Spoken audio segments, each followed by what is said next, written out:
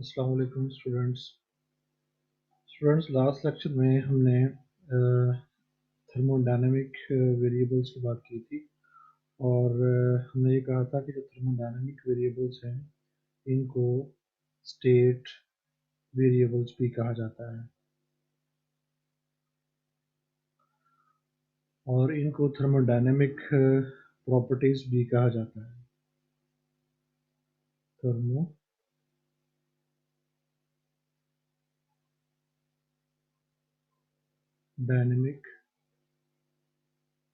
Properties और ये जो थर्मोडायनेमिक प्रॉपर्टीज हैं या स्टेट वेरिएबल्स हैं या थर्मोडायनेमिक वेरिएबल्स हैं इनमें जो पैरामीटर्स आते हैं वो हमारे पास है temperature,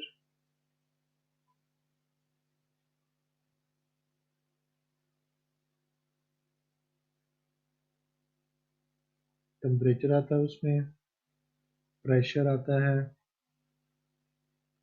amount of the substance आती है अगर हम उसको नंबर ऑफ पार्टिकल्स के स्वरूप में देखते हैं, और उसमें एनर्जी आ जाती है और उसमें जो वॉल्यूम है वो आ जाता है, उसमें इंटरनल एनर्जी जो है वो आ जाती है। तो ये वो पैरामीटर्स हैं जो हमारे किसी भी थर्मोडायनेमिक सिस्टम की स्टेट को जो है वो डिस्क्राइब करते हैं।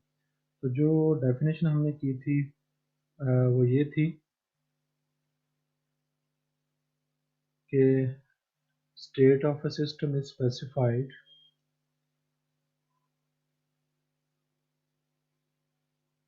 State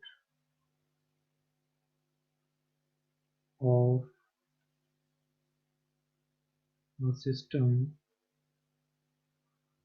is specified by a set of by a set of experimentally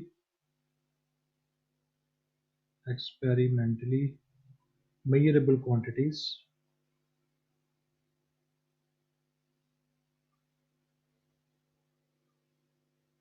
measurable quantities।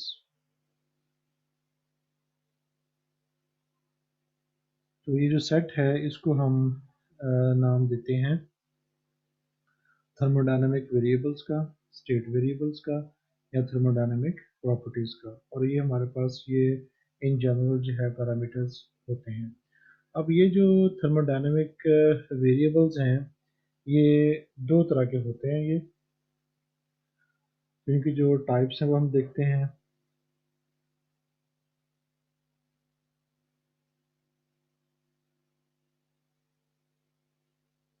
Thermodynamic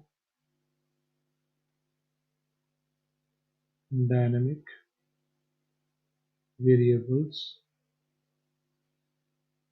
these are of two types, और एक को हम नाम देते हैं एक्सटेंसिव वेरिएबल्स और दूसरे को हम नाम देते हैं इंटेंसिव वेरिएबल्स। तो इनको हम वन बाय वन जो है वो देखते हैं। तो पहले हम बात करते हैं इंटेंसिव की, कि इंटेंसिव जो वेरिएबल्स हैं ये क्या होते हैं।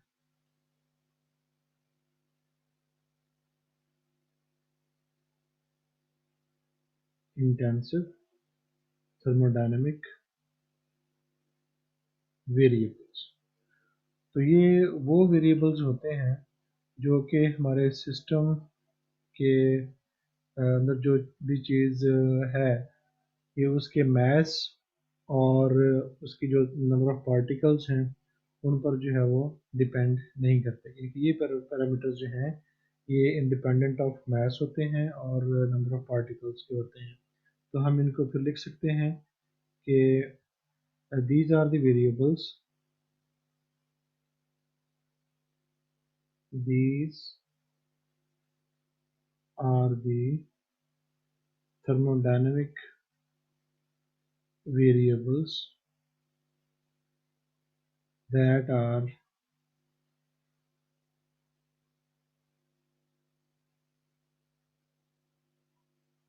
independent of mass and mass और कर लें और number of particles।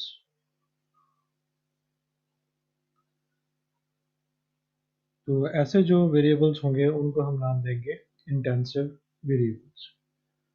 तो इनके एग्जांपल्स को हम बाद में देखते हैं, पहले हम इनको डिफाइन कर लेते हैं। तो इसके बाद है एक्सटेंसिव वेरिएबल्स।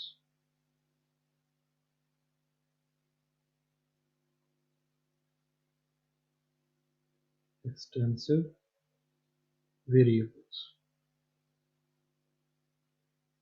तो जैसा कि अभी हमने प्रीवियस स्लाइड के अंदर बात की है कि जो हमारे इंटेंसिव वेरिएबल्स होते हैं वो इंडिपेंडेंट होते हैं मास के या फिर नंबर ऑफ पार्टिकल्स के। तो अगर ये वेरिएबल्स डिपेंड कर रहे हैं मास पे, नंबर ऑफ पार्टिकल्स पे, तो फिर हम इनको नाम देंगे एक्सटेंसिव वेरिएबल्स। तो इनको हम इस तरह डिफाइन कर सकते हैं कि these are the variables, these are the thermodynamic variables, thermodynamic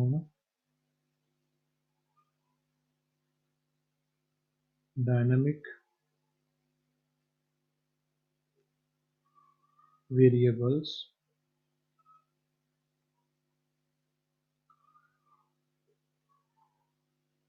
whose values are proportional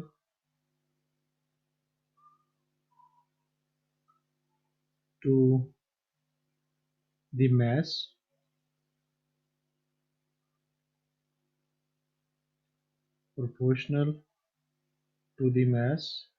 and number of particles in the system, number of particles inside the system,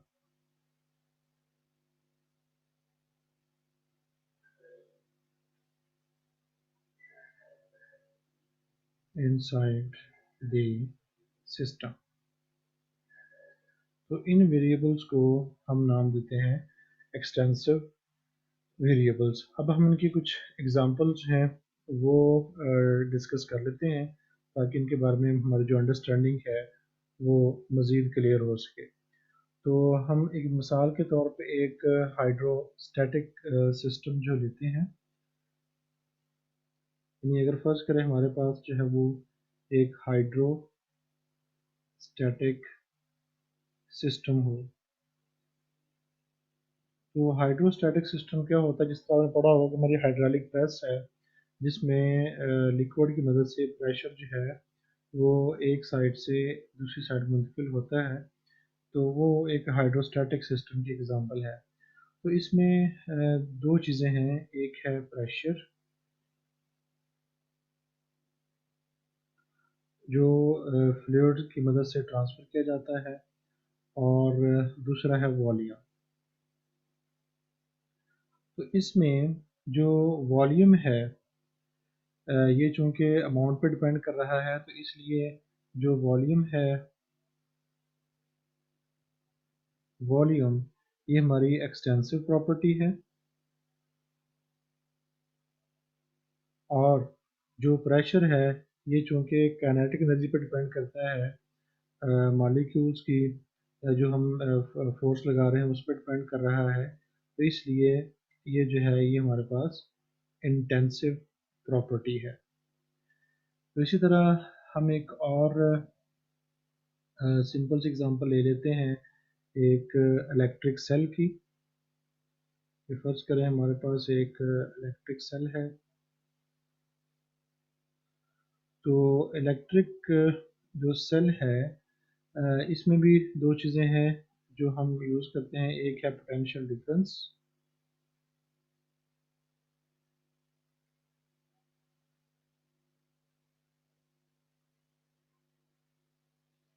और दूसरा है हमारे पास इसका चार्ज।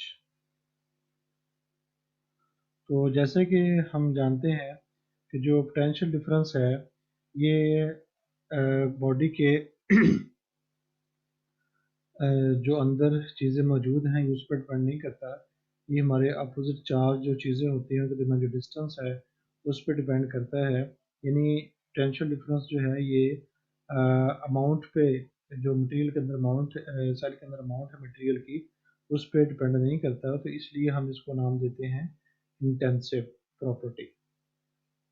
और चार्ज उतना ज़्यादा होगा जितना किसी चीज़ के अंदर मटेरियल जो है वो ज़्यादा होगा, जितना मैटर जो है वो ज़्यादा होगा। अब चूंकि चार्ज जो होता है ये मैटर की अमाउंट के बढ़ने से बढ़ता है, तो जो चार्ज है ये हमारे पास जो है ये एक्सटेंसिव प्रॉपर्टी है। तो चार्ज को हम एक्सटेंसिव प्रॉपर्टी कहेंगे। तो इसी तरह एक और हम जो है वो एग्जांपल जो हम ले लेते हैं एक स्ट्रेच्ड वायर की। तो स्ट्रेच्ड वायर में स्ट्रेच्ड वायर, तो जब वायर को स्ट्रेच किया जाता है तो इसमें टेंशन जो है वो जनरेट होता है, और दूसरी जो इसकी प्रॉपर्टी होती है वो लेंथ है। अब हमें ये बात हम क्लियरली इसको देख सकते हैं कि जो लेंथ है ये उसके अंदर मटेरियल जो अमाउंट है मैटर उस पर डिपेंड करता है। लिहाजा जो हमारी लेंथ होगी ये एक्सटेंसिव प्रॉपर्टी होगी, यानी जितना उसके अंदर मटेरियल ज़्यादा होगा उसकी लेंथ जो है वो ज़्यादा होगी, या उसकी लेंथ में इजाफा जो है वो ज़्यादा होगा। इसी तरह जो टेंशन है ये मटेरियल पर डिपेंड नहीं करता, बल्कि ये मॉलिक्यूल्स के आपस की इंटरेक्शन होती है उस पर डिपेंड कर रही होती है। अब चूँकि टेंशन जो है वो, या टेंशन फोर्स जो है ये मटेरियल पर डिपेंड नहीं कर रही, इसलिए हम इसको जो है वो इंटेंसिव प्रॉपर्टी का नाम देंगे। लिहाजा जो हमारी टेंशन है वो इंटेंसिव प्रॉपर्टी है। तो इस चीज़ को देखते हुए हम ये इस चीज़ को समराइज कर सकते हैं कि जिन चीज़ों का ताल्लुक मॉलिक्यूल्स की इंटरनल इंटरेक्शन से है उसको हम इंटेंसिव प्रॉपर्टी कह देते हैं, और जिसमें उनकी तादाद से रिलेटेड है उसको हम जो है वो एक्सटेंसिव प्रॉपर्टी जो है वो कह देते हैं। यानी मेरे कहने का मतलब ये है कि इंटेंसिव प्रॉपर्टी वो होगी जो अभी हमने एग्जांपल्स की मदद से स्टडी किया है।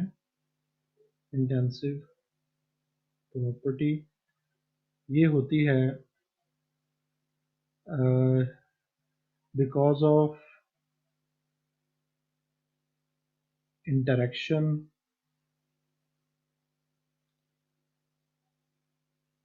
बिटवीन कॉन्स्टिट्यूएंट्स, यानी उसके जो एटम्स हैं या मॉलिक्यूल्स हैं उनके दरमियान जो इंटरेक्शन उसकी वजह से, between constituents of the system. और जो हमारी एक्सटेंसिव प्रॉपर्टी होगी,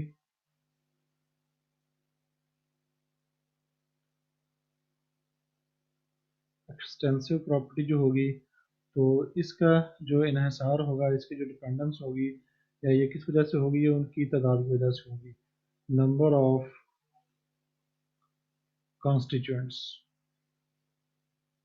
कॉन्स्टिट्यूएंट्स। तो जाहिर है जितने कॉन्स्टिट्यूएंट्स की तादाद जो है बढ़ेगी, जितने पार्टिकल्स की तादाद बढ़ेगी, मैथ जो है उसी लिहाज से जो है वो इंक्रीज होगा।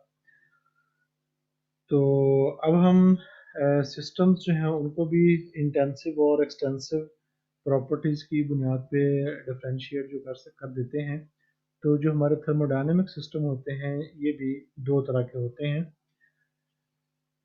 तो उनको हम देखते हैं। तो एक जो हमारे पास सिस्टम होगा थर्मोडायनेमिक, उसको हम होमोजीनियस कहेंगे, और दूसरा जो सिस्टम हो सकता है थर्मोडायनामिक्स में जिससे हमारा वास्ता पड़ेगा वो हेट्रोजेनियस हो सकता है। तो होमोजेनियस सिस्टम कैसा होता है? ऐसा सिस्टम होता है होमोजेनियस, अगर हम उसको इंटेंसिव वेरिएबल्स के लिहाज से देखें, कि अगर हमारा जो इंटेंसिव वेरिएबल है वो यूनिफॉर्म है, यानी वो सिस्टम जिसमें हमारा जो इंटेंसिव वेरिएबल है, यानी कि इसमें जो इंटेंसिव वेरिएबल है वो यूनिफॉर्म रहता है। और हेट्रोजीनियस वो होगा बिल्कुल उसके अपोजिट, कि अगर जो इंटेंसिव वेरिएबल है, इंटेंसिव वेरिएबल इसमें does not remain यूनिफॉर्म, यानी वो चेंज हो रहा होगा, तो उसको हम जो हेट्रोजेनियस सिस्टम कहेंगे। तो ऐसा सिस्टम जिसमें जो भी इंटेंसिव वेरिएबल है अगर उसकी value through out the system जो है या with the passage of time system जो है वो सेम रहती है, तो हम उसको कहेंगे होमोजेनियस। और अगर किसी भी सिस्टम में उसका जो भी इंटेंसिव वेरिएबल है अगर उसकी वैल्यू जो है वो चेंज हो रही है या डिसकंटिन्यूटी उसमें आ रही है, तो उसको हम नाम देंगे हेट्रोजेनियस सिस्टम। तो दोबारा सुन लें, होमोजेनियस सिस्टम ऐसा होगा जिसमें इंटेंसिव वेरिएबल यूनिफॉर्म होगा, या फिर जो अगर उसमें तब्दीली आ भी रही है तो वो तब्दीली जो है उसमें कॉन्टीन्यूस हो। वाज़े में रखिएगा कि लाजमी नहीं है कि इंटेंसिव वेरिएबल जो है वो कांस्टेंट हो। अगर कांस्टेंट नहीं है, तब्दील हो रहा है, फिर उसके अंदर जो वेरिएशन है इट मस्ट बी कॉन्टीन्यूस। एक तरतीब के साथ जो है वो वेरिएशन अगर आ रही है, एक सीक्वेंस के साथ आ रही है, तो तब भी हमारा सिस्टम जो होमोजीनियस होगा। और अगर हेट्रोजीनियस सिस्टम में इंटेंसिव वेरिएबल के अंदर तब्दीली आ रही है, तो फिर वो तब्दीली जो होगी वो डिसकंटिन्यूस होगी, यानी उसमें किसी किस्म का जो सीक्वेंस है वो नहीं होगा, वो एट रैंडम जो है वो हो सकती है। तो इस तरह हम अपने सिस्टम को जो है वो इंटेंसिव वेरिएबल्स की बुनियाद पर डिफरेंशिएट कर सकते हैं कि सिस्टम हमारे दो तरह के हैं, होमोजीनियस और हेट्रोजीनियस। तो इसको अब हम रिवाइज कर लेते हैं।